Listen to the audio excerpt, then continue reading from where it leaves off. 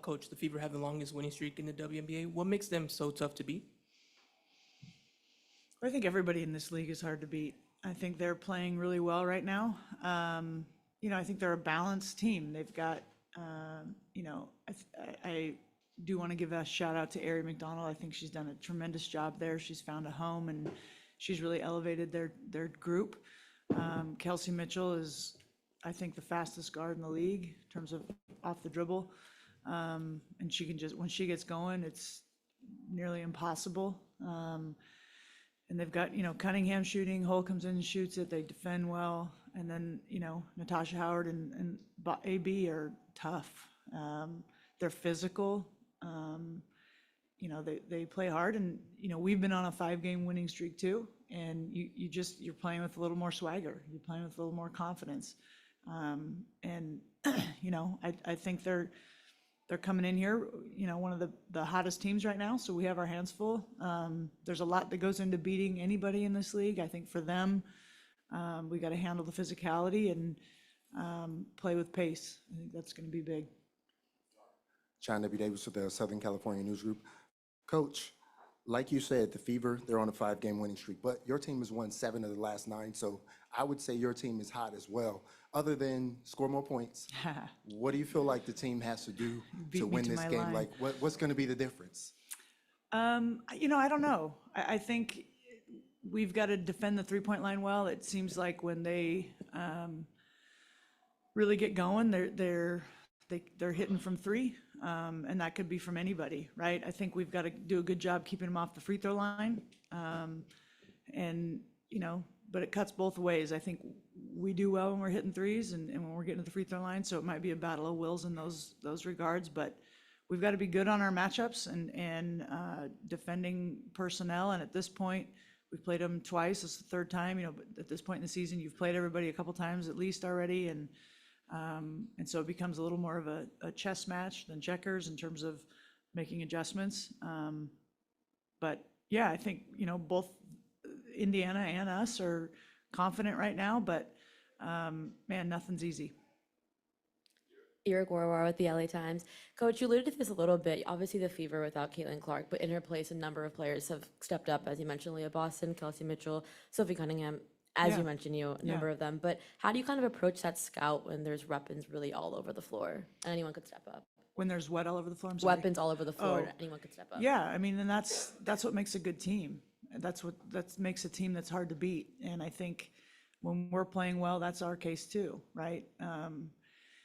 It's I don't know that there's a one sentence answer for that. I think we have to be the aggressors. I think, the more aggressive team tonight, I think with both the way we both play, both teams play, I do think it's going to come down to aggression, like aggressiveness and execution. We've got to be able to run our stuff. And like I said, we've played each other a couple times and both games have been close. And so I know we're in a dogfight tonight for sure. Hey, Coach, talk about swagger, confidence. Where are you guys with that at this point? And how have you seen that grow? And like, dumb question, but like, why is that important in the W? Yeah, no, it's not a dumb because it's a great question. I think we're still, a work in progress in that. I think what has been really cool for me is to see these guys are learning what it takes to win, what winning looks like, whether it's the first quarter or the fourth, what winning plays are. This league, if you look at like even the standings 2 through 10, it's just crazy, right? And so no win is easy, and every game's at this point, particularly in the season, every game matters. And so if you're not playing confidently and with a little bit of edge and like we believe in what we're doing and each other, then you're not going to win. And so it's been really cool for me, rewarding to see these guys understand what it takes to really win, and to hate losing, not get used to losing. And they've turned the corner with that, which is cool. But I feel like our group's confident, but they're humble. I know there's not a sense of, we've arrived, because we haven't. We have not achieved what we said we were going to do. I think we're having a solid season, but we didn't set out to have a solid season. Like, we want to make the playoffs. I'm not shy about saying that. Will we? I don't know.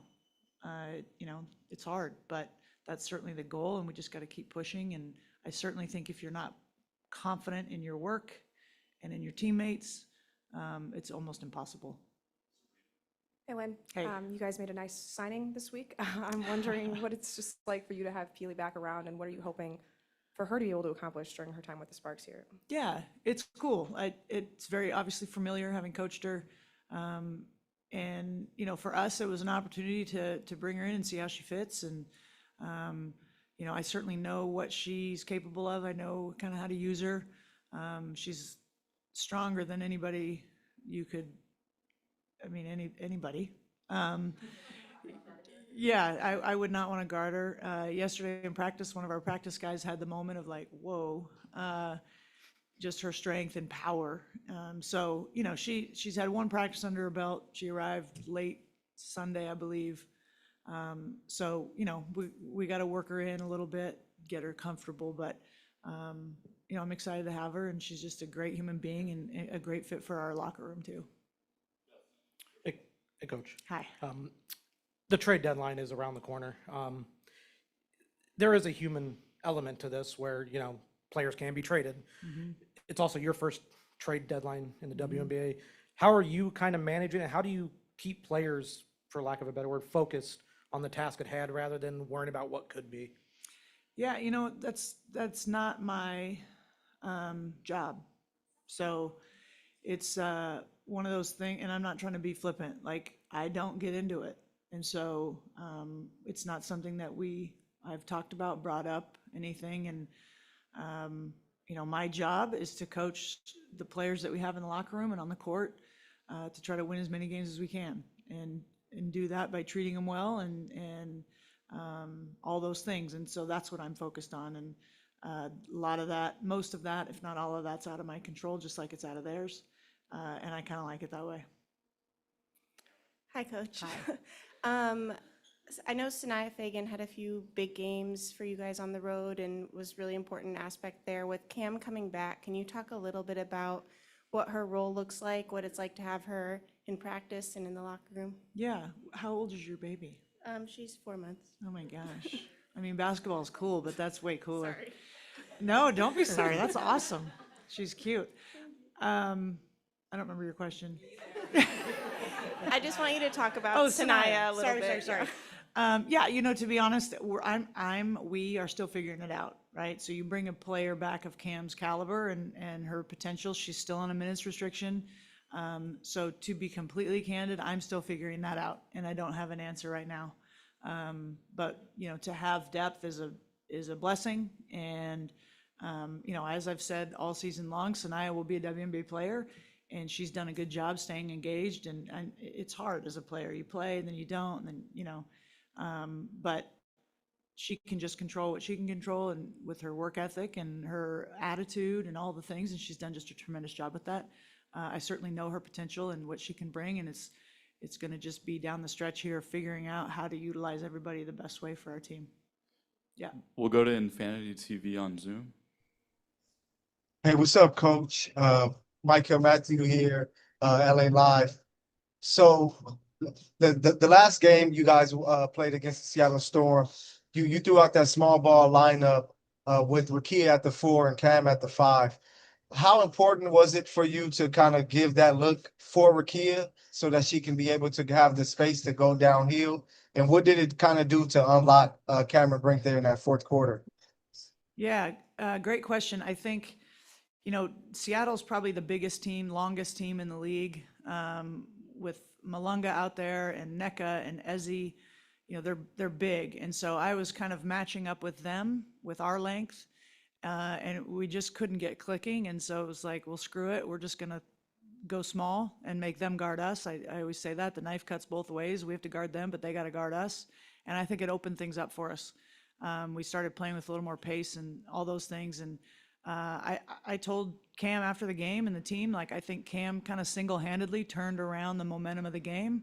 She hit a couple shots and got some blocks. She got some fouls. Let's not be shy about that. But it did affect Seattle. It did.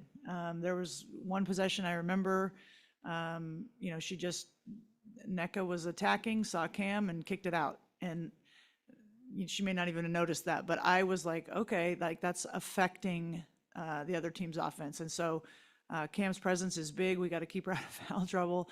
But I thought she single-handedly did that. And then Rakia was just huge all night. She had a couple just huge offensive rebounds. The one on the free throw there over Ezzy to tie it. I think that was in double overtime. I don't know. That all runs together, but you know, Rakia was great for 50 minutes or 47, I think she played. But you know, putting her, you know, she's also fearless. So it was like, okay, you're guarding Malunga, who's 6'7", and she just kind of said, all right, cool. So I like that fearlessness from her, and she's shown a lot of confidence and grit down the stretch here. Hey, Coach DJ from Infinity TV. Final question from us over here. Last time we spoke to KP, she talked about protecting home court. Is there any philosophy that you've expounded on with the team that you can talk about and the importance of protecting home court tonight? Yeah, I mean, a couple things. One, I'm not going to buy into the narrative, and I'm not going to let them buy into the narrative that we're not good at home. Like, just quit it. Quit thinking about it. Change it, right? Like, don't give yourself a hook to hang an excuse on. I think, secondly, you know, we've talked about what things can we control, and there's a lot of distractions, and LA is LA, and we love it, but there's a lot of things, and so trying to minimize distractions, and you know, we're better. We've have a better record on the road. I think it's because they're just a little more locked in, and there's no distractions. And so, what can we do to kind of control that and help them be their best version of themselves at home? But we're not gonna. I am not gonna let anybody use an excuse. We've got to be better at home, and hopefully that starts tonight. Thanks, Coach. You bet. All right. Thank you. I'll see you after.